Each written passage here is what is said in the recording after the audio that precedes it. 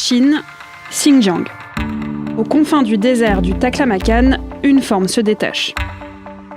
Cette structure d'asphalte a la même silhouette et les mêmes dimensions qu'un porte-avions américain de classe Ford. Des structures similaires apparaissent sur les images satellites, dans d'autres zones reculées. Les contours d'un aéroport, des schémas de ports, de navires et d'appareils occidentaux. La plupart ont été construites ces 10 dernières années. Elles éclairent la modernisation accélérée de l'armée chinoise dans un but précis. 一切台独分裂势力都将在中国实现完全统一的历史大势面前撞得头破血流。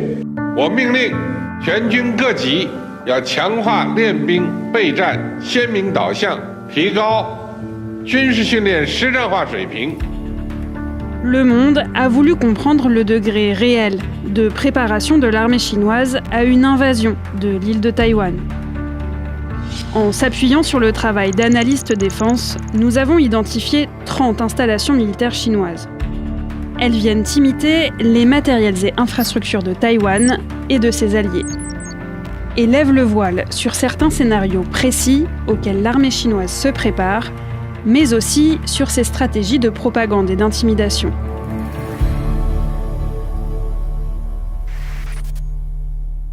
Dans un scénario idéal, Pékin voudrait gagner sans combattre, en terrorisant Taïwan. Pour ça, elle déploie des moyens considérables. En 2023, la Chine a dépensé plus de 15 milliards de dollars pour des exercices militaires de grande ampleur dans le Pacifique, notamment au large de Taïwan. Cette stratégie d'intimidation représente à elle seule 7% de son budget défense. Surtout, l'armée s'est dotée d'un imposant appareil de communication. Elle a son journal, des dizaines de comptes sur les réseaux sociaux et même sa propre chaîne de télévision. De nombreux sujets montrent des soldats s'entraîner à un débarquement ou des essais de tir de missiles intercontinentaux. Ces images spectaculaires et épiques ne donnent qu'une idée superficielle de ce que Pékin prévoit. Mais une analyse plus fine éclaire certains détails de ces plans d'invasion. Début juillet 2015, l'armée chinoise organise un entraînement grandeur nature dans sa plus grande base, à Zhujie-he. Objectif affiché, remporter la victoire en tuant le commandant de la partie adverse le plus rapidement possible.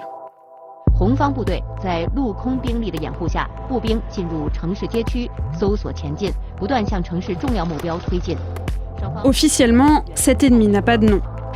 Pourtant, on distingue sur ces images ce grand bâtiment. Il est visible sur cette photo et sur des images satellites ici. Il correspond quasi exactement par sa taille, ses proportions et son architecture au palais présidentiel de Taïwan, au cœur de la capitale Taipei. Un peu plus bas, on distingue un autre bâtiment. Il est similaire au ministère des Affaires étrangères taïwanais. Et celui-ci, semblable à l'ancien palais de l'île, devenu salle de réception d'État. Ce quartier d'entraînement construit en 2014 continue de s'agrandir. Il accueille régulièrement des exercices, comme le montrent ces images satellites prises en septembre 2024.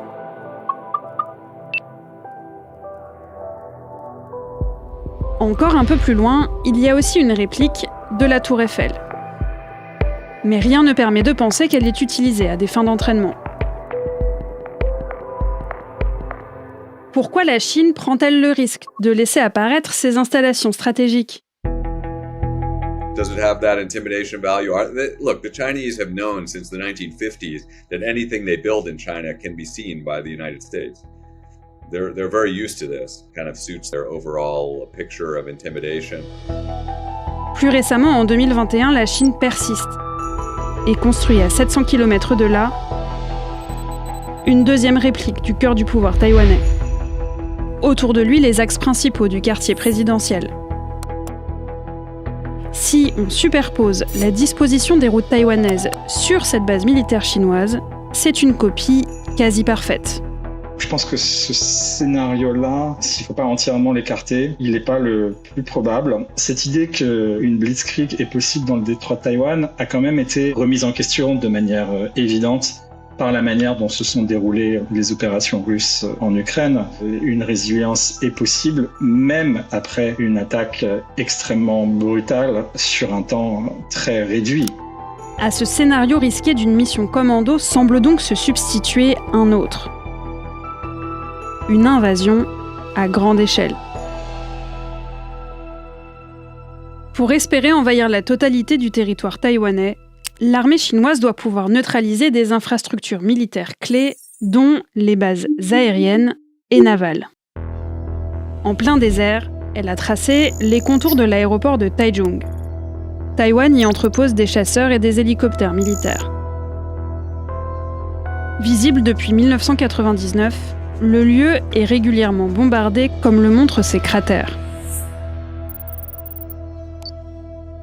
Des traces probablement laissées par les chasseurs chinois en entraînement dans cette base aérienne. Il s'agit de Dingxin, la plus grande du pays, située à seulement 6 km de là. La Chine a aussi construit ces deux structures et maquettes de navires à l'extrême ouest du pays. Leur forme et leur agencement s'inspirent selon plusieurs experts de cette base navale taïwanaise, implantée sur la côte est de l'île.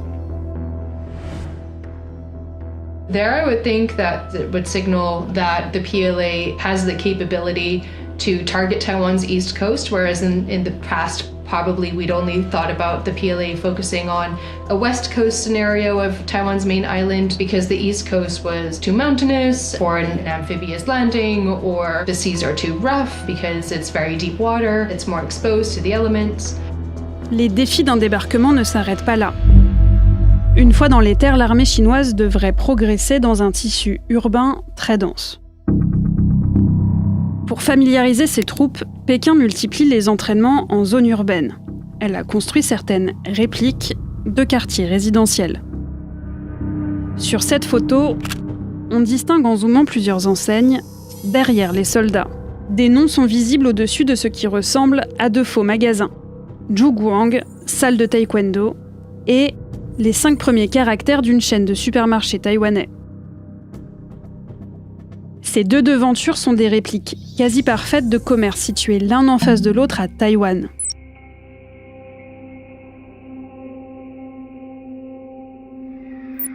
La configuration des bâtiments taïwanais est étudiée dans d'autres camps chinois. En septembre 2024, un film de propagande militaire montre pour la première fois plusieurs officiers s'exerçant à la stratégie sur un grand plateau numérique. Ce wargame est flouté.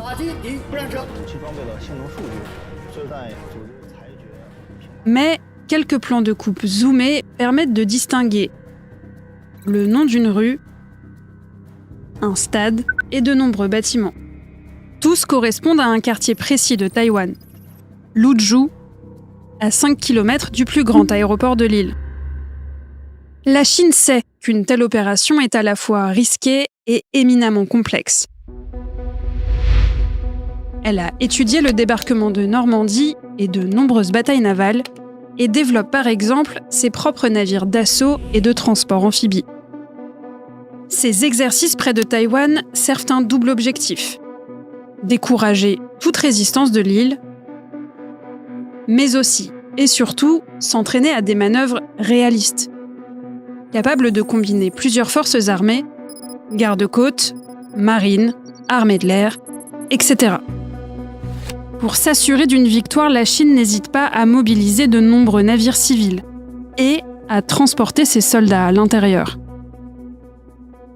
For the real invasion, they need to transport millions of tons of, logistic supplies across the Taiwan Strait, and this kind of capability is still not shown in the exercise. But if I see something, then I will be a little bit more worried about that.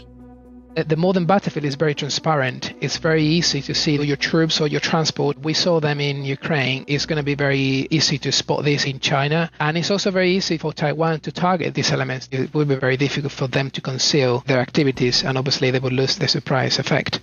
Un effet surprise d'autant plus difficile que les plages taïwanaises adaptées à un débarquement sont peu nombreuses est bien défendu. La Chine le sait. Pour gagner Taïwan, il faut aussi et surtout prendre en compte un autre ennemi potentiel beaucoup plus puissant, les États-Unis.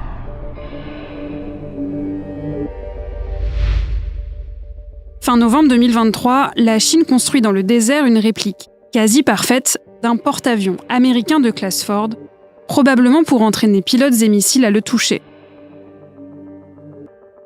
Cet exercice, décliné sous 5 formes dans cette zone, est peu réaliste car les navires américains sont très rapides et mobiles en mer.